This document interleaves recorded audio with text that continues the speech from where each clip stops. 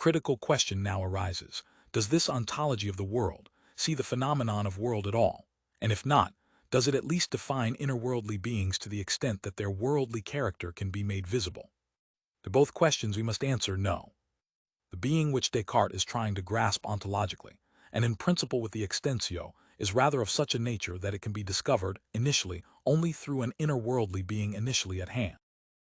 But if this, and even if the ontological characteristic of this particular interworldly being nature, the idea of substantiality, as well as the meaning of existed and ad existendum, contained in its definition leads to obscurity, the possibility nonetheless still exists that through an ontology grounded in the radical separation of God, ego, world, the ontological problem of the world is in some sense raised and further advanced.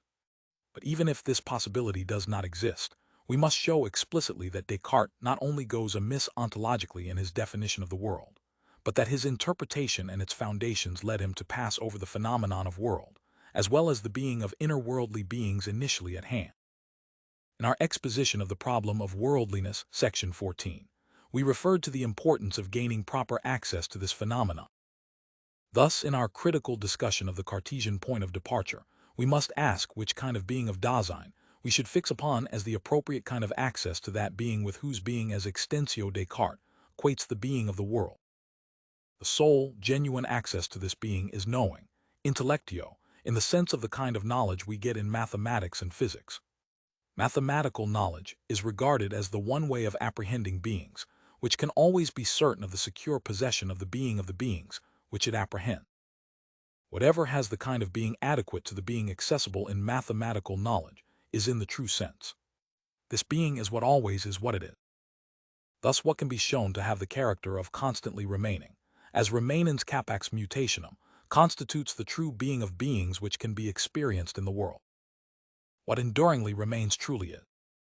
This is the sort of thing that mathematics know. What mathematics makes accessible in beings constitutes their being. Thus the being of the world is, so to speak, dictated to it in terms of a definite idea of being, which is embedded in the concept of substantiality, and in terms of an idea of knowledge which cognizes beings in this way. Descartes does not allow the kind of being of interworldly beings to present itself, but rather prescribes to the world, so to speak, its true being on the basis of an idea of being equals constant presence, the source of which has not been revealed and the justification of which has not been demonstrated.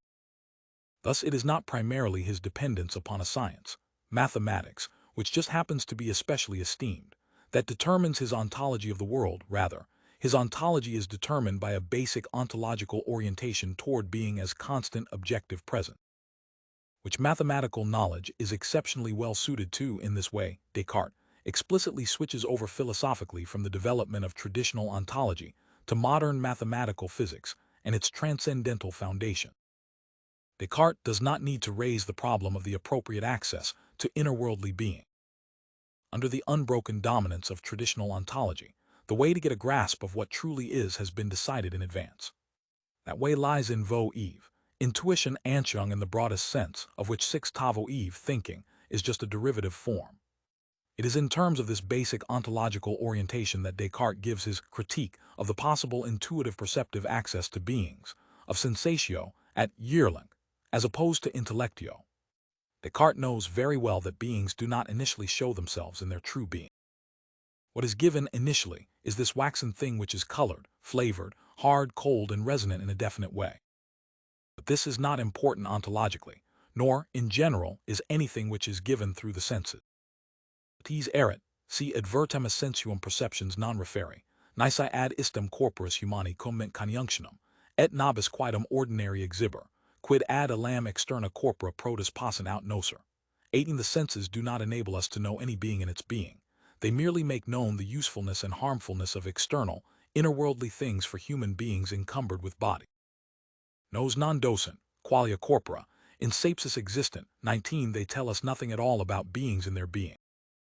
Quod agents, percipimus naturae in aeterii, sive corporis in universu inspectati, non consister in eo quod sit res dura, vel ponderosa, vel colorata, vel alio aliquo in odo sensus efficiens, sed tantum in eo, quod sit res extensive in longum, laudum et. If we subject Descartes' interpretation of the experience of hardness and resistance to critical analysis, It will be plain how unable he is to let what shows itself in sensation present itself in its own kind of being, let alone determine its character. Cf. Section 19. Hardness is understood as resistance. But neither hardness nor resistance is understood in a phenomenal sense, as something experienced in itself and determinable in such experience. For Descartes, resistance amounts to no more than not yielding place, that is, not undergoing any change of location. A thing's resistance means that it stays in a definite place, relative to another thing changing its place, or else that it changes its own location with a velocity that permits the thing to catch up with it. But when the experience of hardness is interpreted in this way, the kind of being that belongs to sensory perception is obliterated, and with it, the possibility of grasping the being of those beings encountered in such perception. Descartes translates the kind of being of the perception of something into the only kind of being that he knows. The perception of something becomes a definite objective presence of two objectively present res extensa next to each other. The relation of their movements is itself a mode of extensio that primarily characterizes the objective presence of the corporeal thing. It is true that the possible fulfillment of the act of touching requires a distinctive nearness of what is touchable. But that does not mean that touching and the hardness made known in touching consist, ontologically understood, in different velocities of two corporeal things. Hardness and resistance do not show themselves at all unless there is a being which has the kind of being of Dasein, or at least of a living being. Thus Descartes' discussion of the possible kinds of access to inner-worldly beings is dominated by an idea of being which is patterned after a particular region of these beings themselves. The idea of being as constant presence not only motivates an extreme definition of the being of inner-worldly beings and their identification with the world as such. At the same time, it blocks the possibility of bringing to view attitudes of Dasein in a way which is ontologically appropriate. But thus the road is completely blocked to seeing the founded character of all sensuous and intellective apprehension, and to understanding them as a possibility of being in the world. But Descartes understands the being of Dasein, to whose basic constitution being in the world belongs, in the same way as the being of res extensa, as substance. But with these criticisms have we not foisted upon Descartes a task altogether beyond his horizon, and then demonstrated that he failed to solve it? How could Descartes identify a definite inner-worldly being, and its being with the world if he does not know the phenomenon of world at all, and thus something akin to inner-worldliness? In the realm of controversy over principles, one must not only attach oneself to theses which can be grasped doxographically, rather one must take the objective tendency of the problematic as an orientation, even if it does not go beyond a rather common version of that problematic. The fact that Descartes not only wanted to raise the question of ego and world, with his doctrine of res cogitans and res extensa, but claimed to give a radical solution, becomes clear in his meditations, cf. especially I and IV. The preceding discussion should have demonstrated that the basic ontological orientation toward the tradition, devoid of any positive criticism, made it impossible for him to clear the way for a primordial ontological problematic of Dasein, and necessarily distorted his view of the phenomenon of the world, and forced the ontology of the world into the ontology of a particular inner-worldly being. One might object, however, that even if the problem of the world and also the being of beings encountered in the surrounding world indeed remain obscured, Descartes nonetheless laid the foundation for the ontological characteristic of that inner-worldly being which in its being is the basis for every other being, material nature. The other strata of inner-worldly reality are based upon it, the fundamental stratum. The definite properties which show themselves as qualities, but which are basically quantitative modifications of the modes of extensio itself, initially have their basis in the extended thing as such. Specific qualities such as beautiful, not beautiful, fitting, unfitting, usable, unusable then find a footing in these qualities which are themselves further reducible. Those specific qualities must be understood in a primary orientation to thingliness as non-quantifiable value predicates, through which the thing, initially merely material, gets stamped as something good. But with this stratification we come, after all, to the being that we characterized ontologically as the useful thing at hand. Thus the Cartesian analysis of the world first makes possible a secure erection of the structure of what is initially at hand. It only needs to round out the natural thing so that it becomes in every sense a thing of use, a task easily accomplished. But apart from the specific problem of the world, Is the being of what we initially encounter in the world ontologically attainable in this way?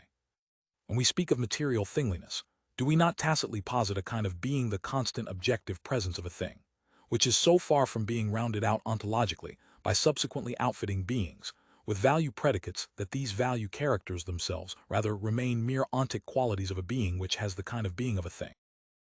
The addition of value predicates is not in the least able to tell us anything new about the being of goods, but rather only again presupposes for them the kind of being of mere objective presence. Values are objectively present determinations of a thing. In the end, values have their ontological origin solely in the previous point of departure of the reality of the thing, as the fundamental stratum. A pre-phenomenological experience already shows something about the being supposed to be a thing, which is not fully intelligible through thingliness. Thus thing-like being needs a supplement. What then does the being of values or their validity, which Lotze understood as a mode of affirmation, mean ontologically? What does this inherence of values in things mean ontologically? As long as these matters remain obscure, the reconstruction of a thing of use in terms of a thing of nature is an ontologically questionable undertaking, not to speak of the fundamental distortion of the problematic. And does not this reconstruction of the initially stripped thing of use always need the previous positive view of the phenomenon whose totality is to be reestablished in the reconstruction? But if its almost constitution of being of the phenomenon is not adequately explicated, are we not building the reconstruction without a plan? Insofar as this reconstruction and rounding out of the traditional ontology of the world results in our reaching the same being from which the above analysis of the handiness of useful things and totality of relevance took its point of departure, it seems as if the being of that being were indeed clarified or had at least become a problem. Just as Descartes cannot grasp the being of substance with extensio as proprietas, the flight to valuable qualities cannot even catch sight of being as handiness, let alone make it ontologically thematic. Descartes narrowed down the question of the world to that of the thingliness of nature as that inner-worldly being which is initially accessible. He strengthened the opinion that the supposedly strictest ontic knowledge of a being is also the possible access to the primary being of the being discovered in such knowledge. But we must at the same time realize that the roundings out of an ontology of things are fundamentally on the same dogmatic basis as that of Descartes. We have already intimated, section 14, that passing over the world and those beings initially encountered is not a matter of chance, not an oversight which we could simply make up for, but rather is grounded in the essential kind of being of Dasein itself. And our analytic of Dasein has made the most important basic structures of Dasein transparent in the scope of this problematic, when we have assigned to being in general the horizon of its possible, thus first making handiness and objective presence ontologically and primordially intelligible. 2. Only then can the critique of the Cartesian ontology of the world, which basically is still customary today, claim its philosophical justification. To do this, we must show several things. Cf. Part I, Division 3, 1. Why was the phenomenon of world passed over at the beginning of the ontological tradition decisive for us, explicitly in Parmenides? Where does the constant recurrence of this passing over come from? 2.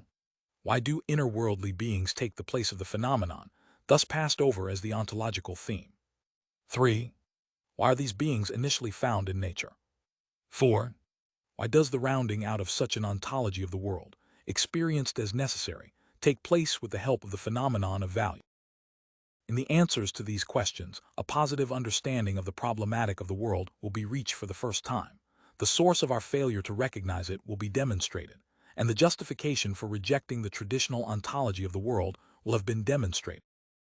The world, Dasein, and inner-worldly beings are the ontologically constitutive states nearest to us, but we have no guarantee that we achieve the basis for encountering them phenomenally by the seemingly obvious procedure of starting with the things of this world, still less by taking our orientation from what is supposedly the most rigorous knowledge of being.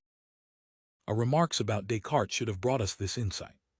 But if we recall that spatiality also manifestly constitutes inner-worldly beings, it is, after all, possible to salvage the Cartesian analysis of the world in the long run. With his radical exposition of extensio as the presuppositum for every quality of the res corporea, Descartes prepared the way for the understanding of an a priori, whose content can't then made precise with greater penetration. Within certain limits, the analysis of extensio remains independent of his neglecting to provide an explicit interpretation of the being of extended being. taking extensio as the basic determination of the world, has its phenomenal justification, although in recourse to it, neither the spatiality of the world nor the spatiality initially discovered of beings encountered in the surrounding world, nor even the spatiality of Dasein itself, can be conceived ontologically. See the aroundness Umhaft of the surrounding world Umwelt, and the spatiality of Dasein, in connection with our first preliminary sketch of being in, cf. Section 12. Dasein had to be contrasted with a way of being in space which we call insideness. This means that a being which is itself extended is enclosed umschlossen by the extended boundaries of something extended. The being which is inside and what surrounds it are both present in space. A rejection of such an insideness of Dasein in a spatial container should not, however, basically exclude all spatiality of Dasein, but only keep the way clear for seeing the kind of spatiality which is essential for Dasein. This must now be set forth. But since inner-worldly beings are also in space, their spatiality has an ontological connection with the world. Thus we must determine in what sense space is constitutive for the world, which in turn was characterized as a structural factor of being in the world. We must especially show how the aroundness of the surrounding world, the specific spatiality of the beings encountered in the surrounding world, is grounded in the worldliness of the world, and not the other way around. That is, we cannot say that the world in its turn is present in space. Our study of the spatiality of Dasein and the spatial definiteness of the world takes its point of departure from an analysis of the inner-worldly things at hand in space. We shall consider three stages. 1. The spatiality of inner-worldly things at hand, section 22. 2. The spatiality of being in the world, section 23. 3. The spatiality of Dasein in space, section 24.